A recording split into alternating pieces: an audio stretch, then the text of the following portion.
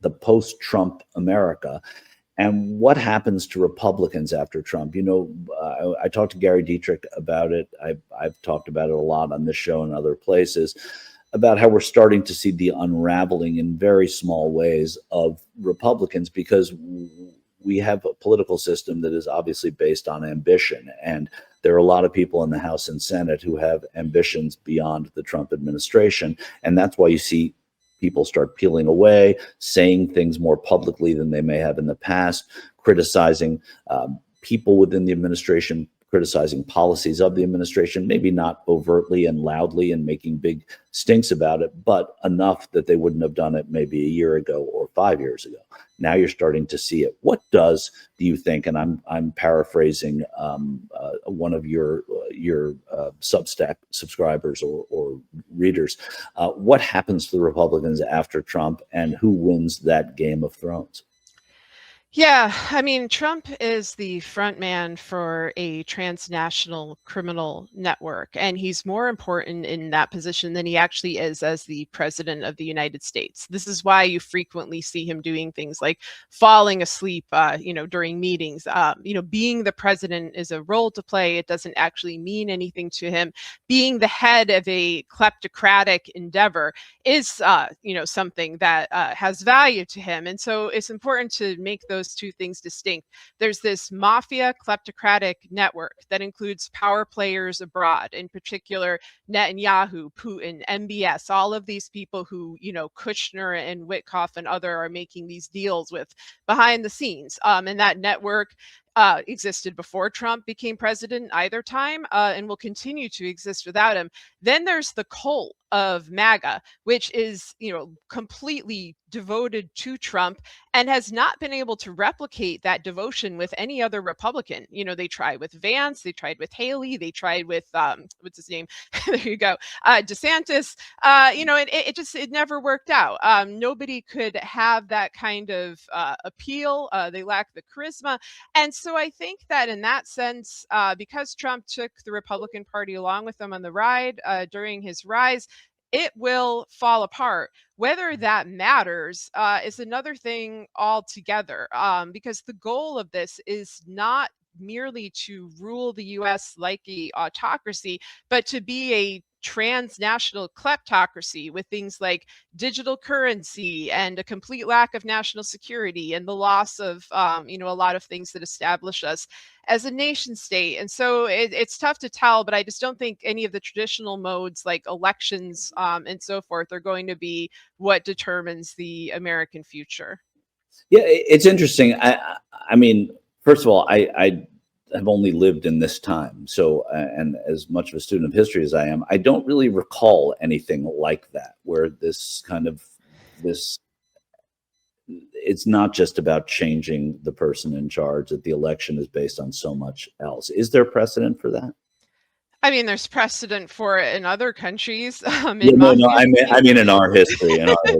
In our history, I don't think so. I mean, I think ever since Citizens United, we've had a completely different way of choosing the presidency. It exacerbated the dark money and the dirty money that was already in elections, but it made it to such insane amounts. And then you add on to that this massive wealth transfer upward, where a tiny group of oligarchs and plutocrats hold most of the world's wealth, and they're using it to, pump it into our political system and determine from there who the candidate is. It's weakened our leverage as voters. On top of that, the courts have severely weakened our leverage as voters. They'll simply throw out, rulings or votes that they don't like. People don't face any accountability for brazenly breaking the law, and that includes with elections. You could have things like Trump's phone call in Georgia being recorded, over 5 years ago, and nothing comes of that. And so I don't think that there's precedent for our system in one really important way, and that's that sedition was normalized. And I can't get over the lack of interest in this from social scientists, because there has never been a country where somebody, a president, tried to overthrow the incoming president and launch a coup, then goes completely unpunished. Even Hitler went to prison in between, the putsch and the presidency, then is allowed to run again and return and win. And meanwhile, all of the people who helped him in that attempted coup remain in Congress, making the laws, protecting that individual. And then eventually he gets immunity from the Supreme Court. And that, I think, sealed the deal. There is nothing to compare that to. Like, look at Brazil, look at any other country that's handling, a similar sort of figure. They are always facing some kind of accountability. We're the only one to bring it in, and they're still claiming that we're a democracy and that we're some sort of role model for the world. Like, role model for what? Right. No, that's true. And you look at Brazil, and Brazil's a perfect example, because you had people in Bolsonaro's party who ran from him and were critical of him.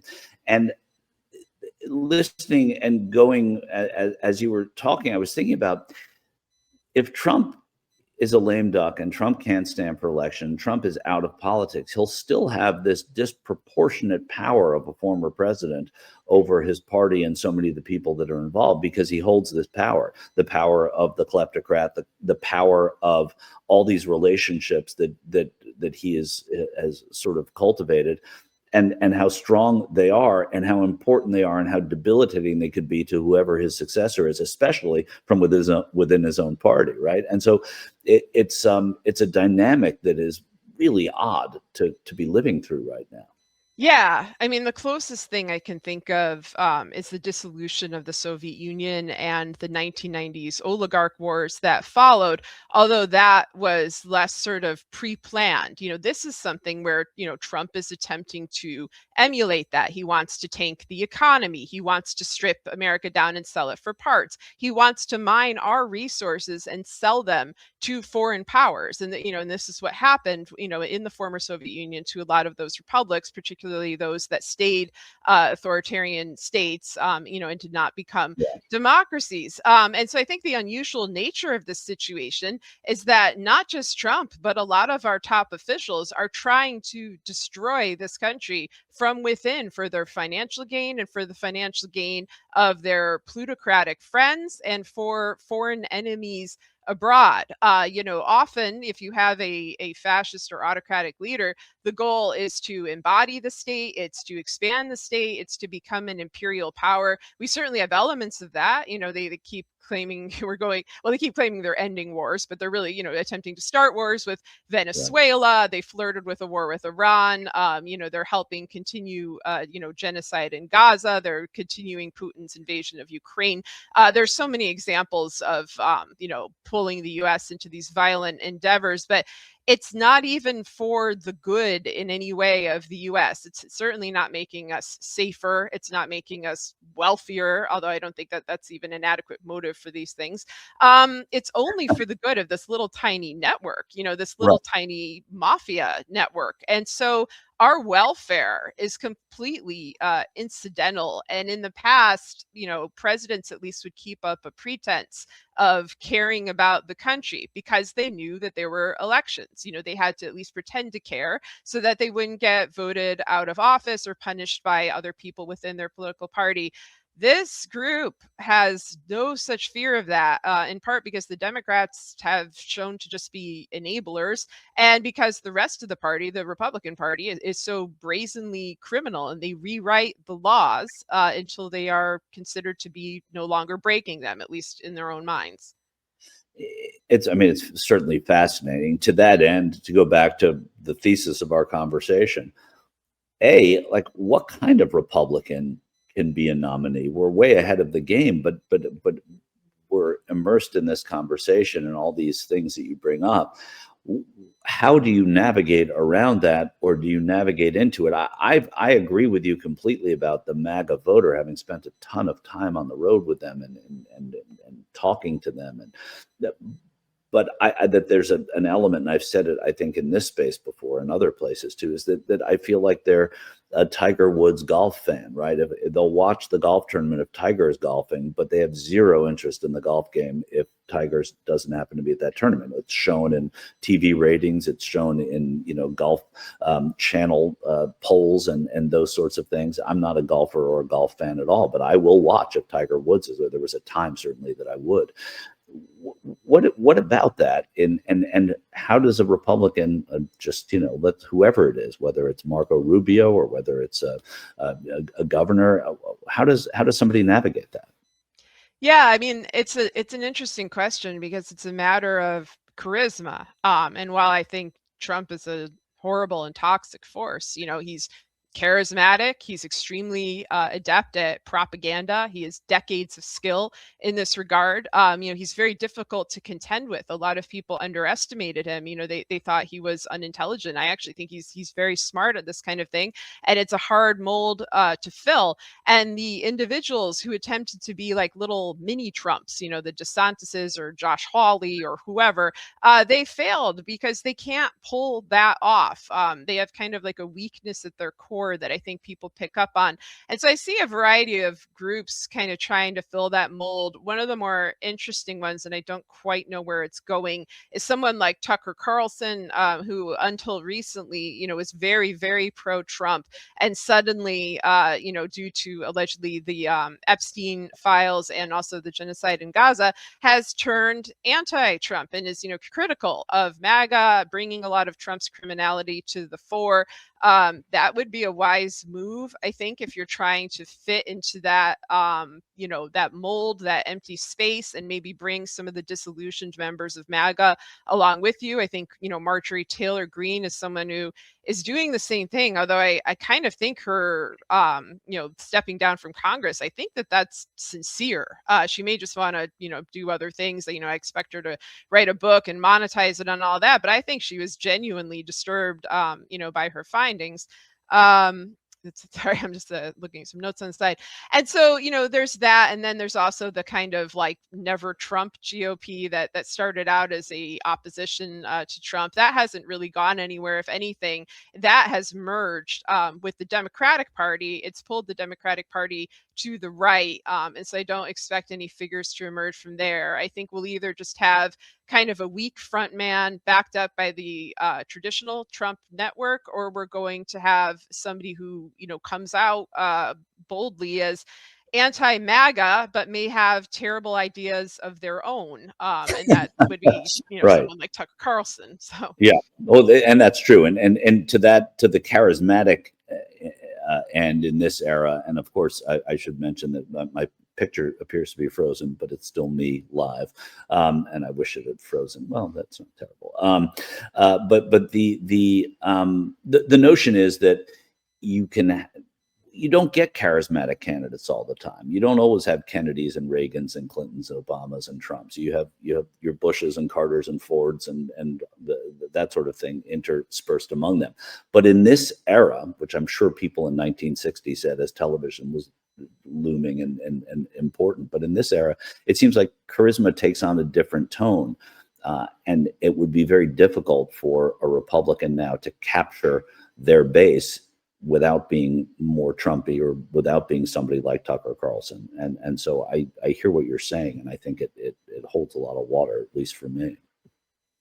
Yeah, I mean, I guess the one advantage they have is that they don't care about their base. This is not how they win elections. They're not trying to win hearts and minds. They win elections by having judges that will overrule votes, by having dark money moving through campaigns, by having propaganda, by buying networks. And we're seeing quite a lot of that from Trump's camp, buying these major companies, trying to dominate the entertainment industry. I think that's a notable thing because we've seen this bifurcation and these siloings of everything in entertainment, music, movies, and also news, and what they're trying, and also social media, especially, where people are seeing different things. What they're trying to do now is create a level of control over everything, whether it's a TV show you watch, a fictional movie, a documentary, a homemade TikTok or YouTube video. That's very frightening. One, because it's a threat to people's individual self-expression, but also because they have fully merged, politics with entertainment. I mean, it's been true my whole life. I was like born with Ronald Reagan as my president, so this isn't like a new concept or something. But I think at a time where Americans are kind of scattered Harvard, in all these different fields. Unfortunately, the great unifying person in our lives, whatever you think of him, is Trump. It's the one person who everyone can identify, who we all have to sort of follow what he's doing because he's the president. It doesn't mean people like him. It just means we're all aware he's there. Whereas, I think if you ask people to name like what movies came out last week, what's the most popular song, show on TV, we'd all have different answers. We don't know what's going on. And so politics is that big arena. So what the Republicans and their backers are doing is making sure that they fully own this arena, and they're going to shove down our throats, whatever candidate their donors end up choosing. Yeah, I couldn't have said it even close to as well as you just did, but it's very true, and it's a daunting proposition. And while it's easy to criticize Democrats about so much, it's also very difficult to operate against what's there. So there has to be, I think, grade on a curve a little bit here, because there's never been a behemoth that has existed, and it is definitely a descendant of Citizens United, but it's also this sort of Trump, saying the hell with the emoluments clause. Let's just go through this. Nobody cares about sedition, as you said. Nobody cares about these things that we're talking about. So let's just do them anyway, because we'll piss some people off, but then they'll come back to us. And that seems to be what's happened. And I guess the idea is problematic when it comes to how you run against that Republican machine. And maybe the hope is that there's a candidate there that just doesn't hold on to the magic that Trump was able to harness, as distasteful as it is to so many people. I mean, I think a candidate who runs on anti-corruption, anti-AI, anti-war, those three things, would do well in terms of attracting a very broad, very loyal following that I think would cross party lines, would pick up independents. The problem is really the structure of our elections, and that they're not free and fair. We may end up with a very popular Democratic candidate, who could even win the election and not necessarily have it counted, have it thrown out by, say, the Supreme Court in a way that kind of emulates 2000, but without even the closeness, of that election. Like, they don't have qualms about showing that they are cheating, because they reframe cheating as as things being stolen, as them being entitled to a win simply for being who they are. So I don't trust that the elections that are coming, will be fair. But I do think it's possible that a rival candidate could be very popular. I think there's been a very unfortunate tendency in the Democratic Party to bow down to donors, to not try to enforce accountability. That was a phenomenal mistake of the entire, Biden term, because these are dangerous individuals. These are people who have a great negative effect on our lives, and they needed to be contained, and they weren't. And now everybody is facing the consequences of that. It does not mean, though, that Trump is popular generally. He never has been. It's always been overstated. He has a core base, and who adore him. They're very loyal to him. In terms of what percent of the country it is, it's like 5 to 10 at best. After that, you have the Trump voters, and a lot of those Trump voters just hate the Democrats. They don't just vote for whoever's not the Democrats. And a lot of times they also hate Trump, and they're just kind of weighing the two, and they'll hold their nose and vote. And of course, you have the flip side of that, where there are Democrats, who kind of hate both parties, and they just recognize Trump as a grave danger. And they also, will hold their nose and vote. That doesn't lead to a very excited group of, voters out there. But, I guess we'll see what happens, because I think people are frightened. Their worst fears about Trump term 2 have come true. And I do think a lot of it has to do with this collision of technology and the economy. So if you focus on, anti-AI and on affordability and on, preventing economic collapse, and acknowledging the pain and fear that people are facing, I think that you could actually go pretty far as a candidate. And watch out for the Republicans trying to co-opt that platform, because they will, but they're also the people enacting it. So folks should remember that. Right. Well, that's the thing, that they will have a lot to answer for, but who's listening for the answers, it seems, is what happens now, and that's the issue. Sarah, you're in Missouri. We were talking with Gary Dietrich before you came on, and it's a conversation that's happening a lot now, is redistricting. Florida, what Florida is going through now and trying to figure out if that's the spot. Missouri, tell us a little bit about what happened there, and why Indiana didn't work, and how this will matter. I mean, you're in a place where, look, your book about flyover country, right? I mean, and so people have come with perspectives on either coast saying, how could this be happening? And then California went to the ballot box and decided that, hey, you know what, we're going to have to join this because of the mess that's happening in other places. But what is the feeling, as distasteful as it may be, in a state that is doing that and looking at these other states from where you sit?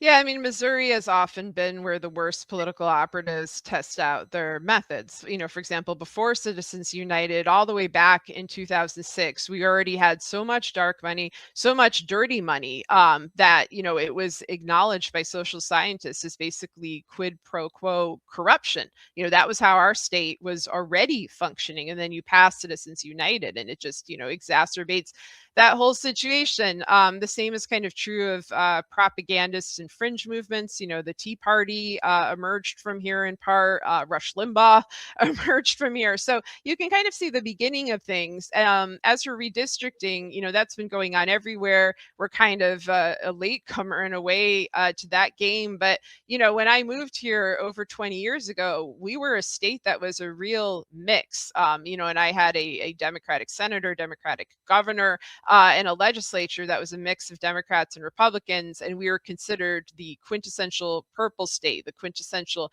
bellwether state that kind of represented a broad, crisscross of America, and could actually forecast who would win in a presidential election. It has been forcefully moved to the far right in terms of who is, in office representing us, but they are not actually representing the needs and desires of Missouri residents. And you see this all the time whenever we pass a ballot initiative where you're not voting for a candidate, you're just voting about an idea. And Missourians tend to vote in a pretty progressive way, pro-labor, anti-corruption, pro-raising the minimum wage, and so on.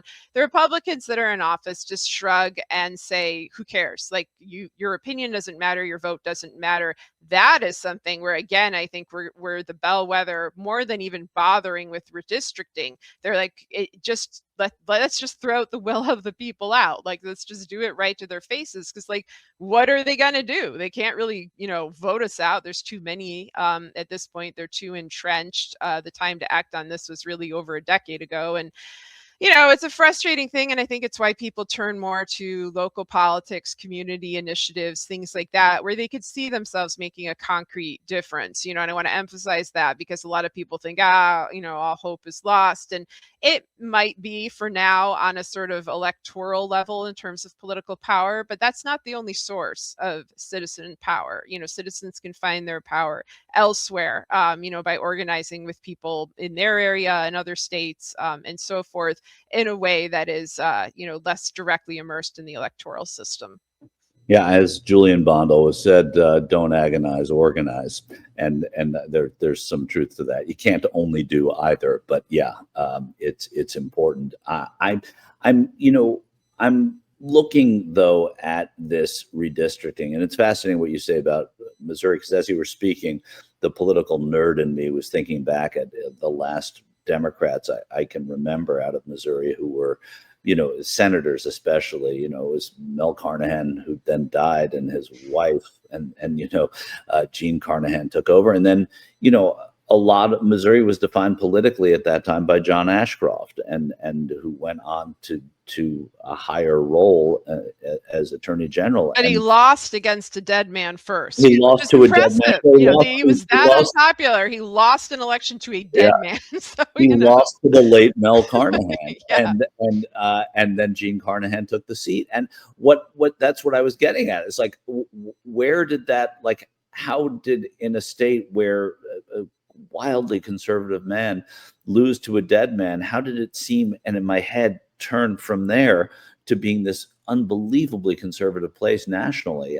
And not, I mean, you know, John Danforth, who was, you know, mild-mannered, maybe a wolf in sheep's clothing, he's the one who shepherded Clarence Thomas around the Senate and said, no, this guy's okay, to his Democrats. And because John Danforth was, I guess he was a pastor, a minister, he spoke like this, and he was a soothing guy, everybody fell for it. Now we have Clarence Thomas. And what is it that Missouri's doing to us? Yeah, I mean, I think that 2008 was the critical year because of two things that coincided, and people kind of conflated them with each other. You had Obama breaking the bellwether tradition in which Missouri always votes for the winner. We did not vote for the winner that time, but Obama lost by only 3,000 votes. And I believe the reason he lost those votes was racism. And I would witness this firsthand. You know, I remember the day of the election, you know, I was out in kind of a small town. I was with my baby. You know, I had a 1-year-old back then who was, you know, wearing a little Obama onesie. And then I, you know, was sitting near some men who started saying, you know, they can't believe that a, you know, N-word is going to be the president. And I'm just sort of like, it was so brazen. It was like right in my face. And I'm thinking, my God, because I wasn't in some sort of really conservative area. I was in an area that tended to vote Democratic. But these guys clearly were not. And that was the reason why. I don't think there was another reason why. I think then after that, you had the recession, which began under Bush, the global financial collapse, and it never left here. You know, we never, ever recovered. And that's true of a lot of states in the Midwest, in the Plains, in the South. But what happened is then we had Obama coming out and saying that we had recovered, the economy was doing great, everything was fine, he's doing such a good job. And people were viscerally angry about that. They were upset rightfully about the economy, about the opioid epidemic, about all these things.